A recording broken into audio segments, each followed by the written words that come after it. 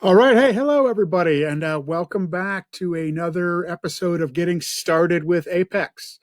Today, we are going to be talking about SOQL, or it might be SOQL. Honestly, I'm not really sure. I heard it said both ways for so long, so maybe if Mark Benioff joins us in the comments, he'll let us know. But I'm going to say SOQL for this video. It's the Salesforce object query language. And it's for those of you that are familiar with SQL, right? It's like SQL, but kind of like a lot of what we do in Salesforce development, different. Like Apex is like Java, but different, and that's just kind of how a lot of stuff in Salesforce is. Um, Big differences are no select star. You can't just grab all the fields. You have to be selective in SOQL and specify exactly what fields you want to query. And there's no joins. That's a big difference if you're used to SQL, right? No joins. So SOQL works on our relationships, right? Our parent child, our lookups, our master details. So we're just going to really scratch the surface. I wanted this to be kind of a primer before we get into, I think, a little more advanced. We're going to do that at the next Trailhead challenge, which involves SOQL creating methods, classes, passing in variables, kind of everything we've worked on to this point. So I thought it was worth spending 15, 20 minutes to kind of just scratch the surface of how a basic SOQL syntax works. What does just a basic query look like? What does a parent to child and a child to parent, what do those queries look like? And what about custom objects? And just a couple places where we can access and where we can use SOQL in our day-to-day Salesforce lives. So with that being said, let's switch over. And, the first thing we're going to do is I was going to say, let's open up the IDE, but I'm going to say, let's do something different. And we're going to go to my developer org that I built for these. I built a couple custom objects you can see there. So the first thing we're going to do is we're going to go to the developer console. And if you are not familiar with where that is, right, your gear icon, developer console, we're going to open that up because it does have a SOQL query window in it. I don't want you to get into the habit really of using it very often. It's not, the developer console is it's not something really you're going to use much, as a developer. But if we just do something like, and I've got my camera icon in my way, so hopefully I don't make some spelling errors because I'll never see. Select name from account. And we run that query.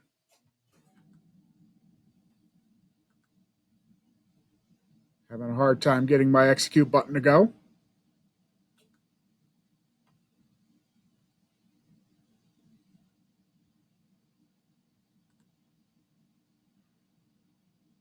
All right, let's try that. I apologize for that.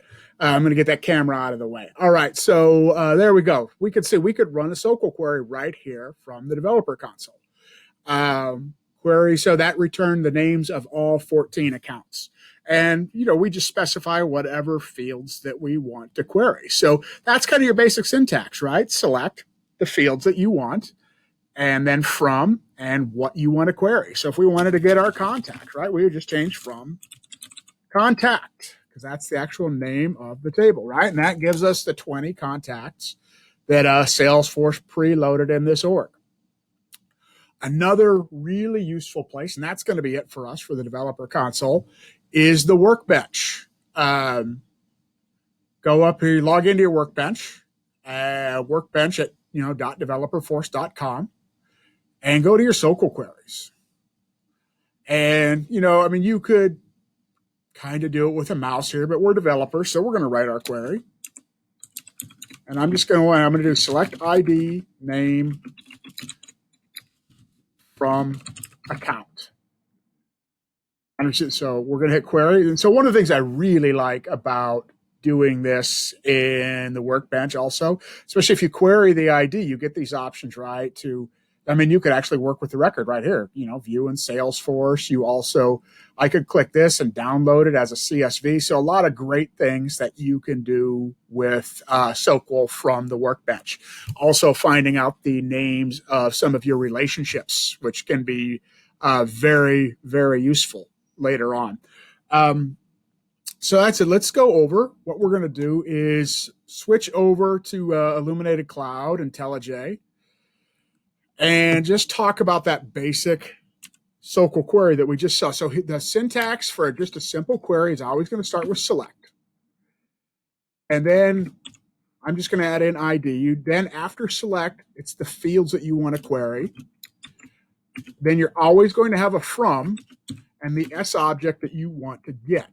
Now, my typical pattern is I do one field, I name the object, and then I come back because that helps with my code completion, right? So now I could, with my ID, right, I can just kind of, control space and I can get, all sorts of whatever fields that are available to me. I hit a period there. Industry. And we'll get, what's one? We'll get ticker symbol from account. And there we go. So everything came back. Nice thing I said about is nice IntelliJ Illuminated Cloud feature is you can switch between this table and this tree view. Note with your syntax, commas, right up until your last field. There is no comma before the from condition. And you could, you could refine this a little more. A lot of times when you query, you're going to want limits. You're not going to want everything back. So we're going to say where industry equals, and I'm going to look over here at our industries, education. And we should have a name in there though, right? This isn't that useful without a name. We would never do that in real life. All right, University of, and it got truncated by my console here. University of Arizona, right? I'm surprised that that's in my dev org, but there it is, right? So that's a really basic SOQL query. But let's just say I'm going to also show you we don't actually write them that way when we're doing Apex development, right? So if you remember our last video, we always needed, if we're going to work with a group of data types, like a group of accounts, probably want to have a list. Well, we're going to need a list right now because SOQL queries return a list, right? A group of accounts. So we declare a list that's going to hold data type account. We name it whatever we want. I'm going to call it account list. Equal, set it equal to something. And then it's square brackets. Your SOQL query always going to go inside square brackets. And then it's the exact same thing we just saw. Select ID, name. I'm going to get industry from account where industry equals energy. And then I'll do a system debug. We'll get that to the debug log for our account list. So if I run this, it's going to return. It's the exact same query that we saw before, but now it is assigning it to that account list. And that's how we would then get that. And, we would plug it into a for loop. We do something like that, right? If we needed to iterate over, do something with those values. So let's compile this real quick.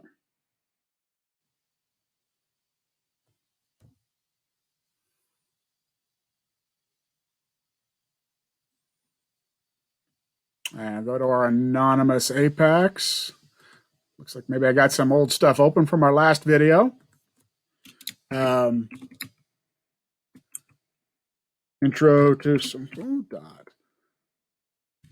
Simple query. And we're going to run that.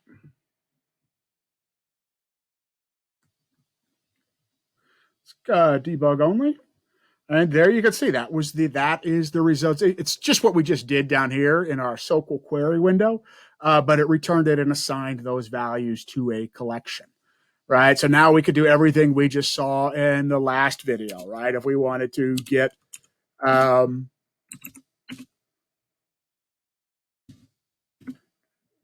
thing at the first position, right? Zero-based indexing, account list, square brackets.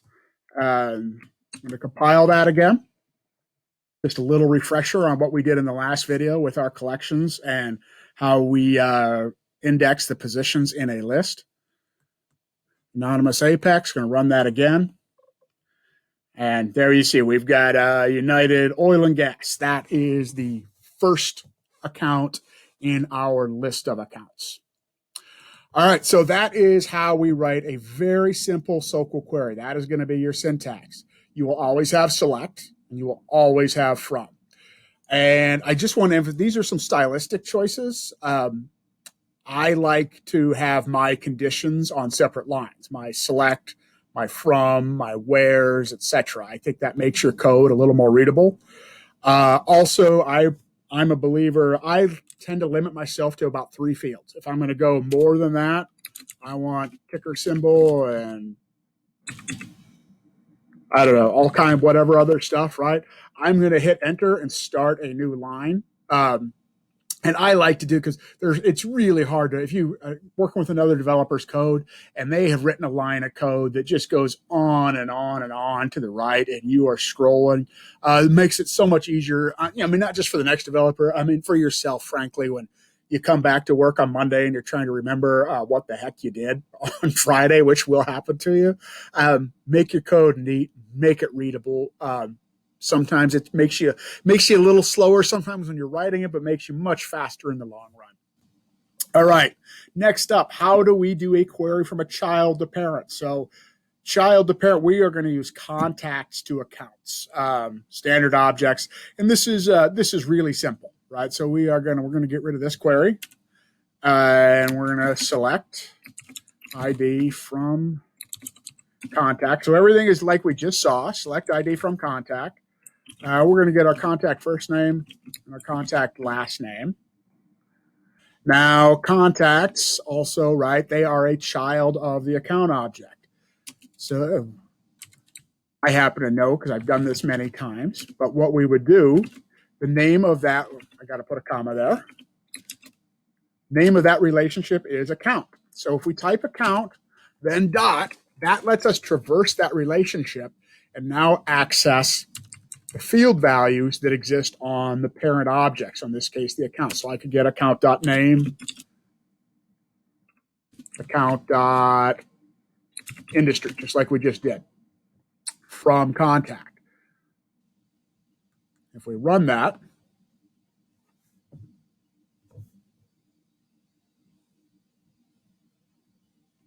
all right, you can see now we've got our contacts, and they return back the name of the company that they belong to and their industry. So you can start to see where I say, like, even if you're an admin, a developer, working with SOQL is a super useful skill. It even just helps you understand how your reports are working. If you're creating reports, right? I mean, they are, when they hit the data layer, right? In that Mark Benioff supercomputer, they are turning into very advanced SOQL queries in that kind of the giant Oracle database that Salesforce sits on. So one of the things I want to show you, we're going to go back to the workbench, is if you are you're like, hey, I don't know the name of that relationship. The workbench is the first place. Workbench will tell you, describe every object and the names of their child relationships. So we see has 94. So, and that's great, right? We'd say, hey, 66 fields. There's one record type, etc. There's 94 child relationships. So let's click that and open it up. And we're going to go down to contact.account ID. Click that. And it just tells us a little bit about that relationship, that it's through the account ID field. Here's the key. The relationship name is contacts. So that's how if we weren't sure, right, like when we're going to query the parent or child to parent, right, that is where we would get that relationship name. So I'm going to show you where we use that in our next query.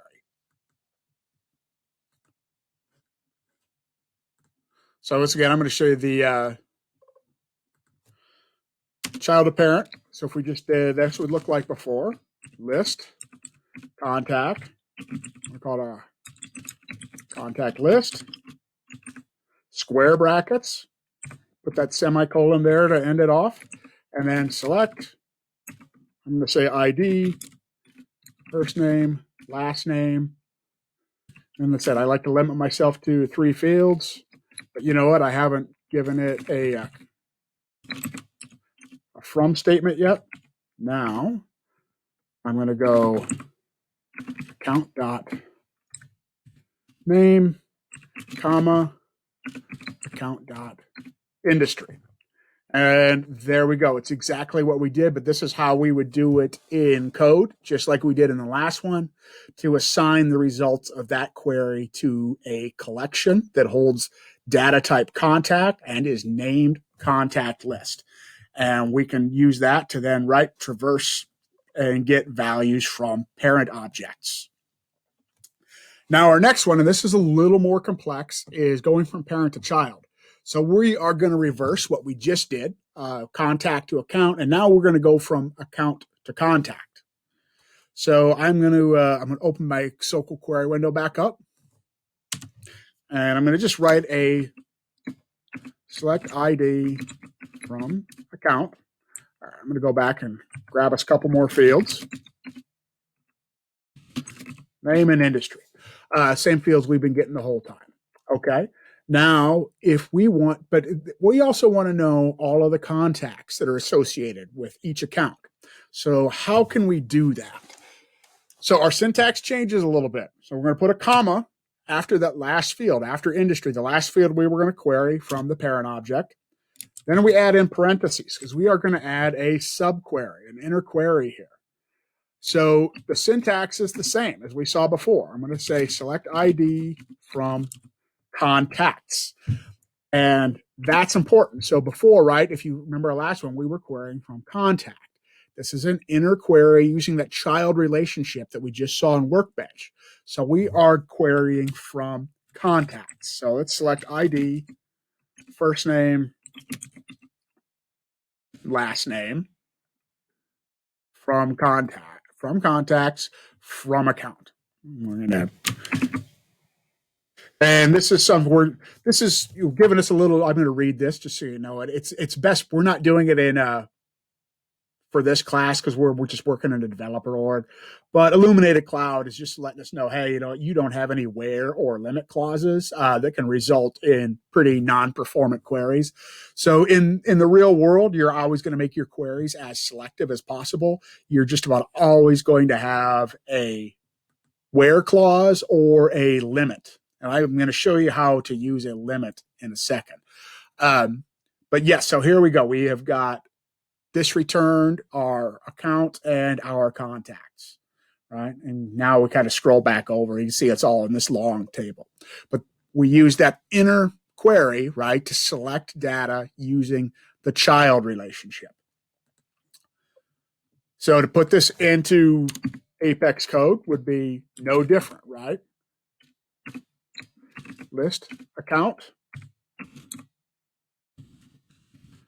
list, square brackets, industry. I'm going to just from account. All right, now I'm going to add my inner query, parentheses, select from contacts. We could add whatever we want in there. We could add, or clauses and likes. Really recommend you take some time to read the developer notes in our inner query as well. Select inner name from account. Always end it with a semicolon, and exactly what we just did before, but that is how we would execute that by assigning it to a collection in Apex. One of the things I'm going to go back up to our simple query, because sometimes everything we've done so far, we have assigned an account list. We've assigned it to a collection, and that is what you're going to do 90% of the time. But sometimes that what you're querying should only return one thing, right? You are saying, get me a contact that matches this ID. And you want to just assign it to an S object. You can do that. So if I said contact equals ID from contact, and I'm going to say I want limit 1. That's what you wanted. So now you could make limit, 10,000, whatever you want. If you want to assign a contact just to a contact variable instead of a collection, you are going to want to add a limit 1. If you don't, if you try to just run a regular query and 5,000 contacts come back and you try to assign it to a contact variable, you're going to get an error because there's too many S objects to assign to that data type. So use this a lot if you are querying, right? Where something equal, it's only going to come back as 1. But even if I know, right, because I'm querying by a unique ID, I add the limit in because it helps me sleep better at night. Probably something I learned from David Liu back when I was looking at the SOQL videos on his Apex Academy, which is a fantastic resource.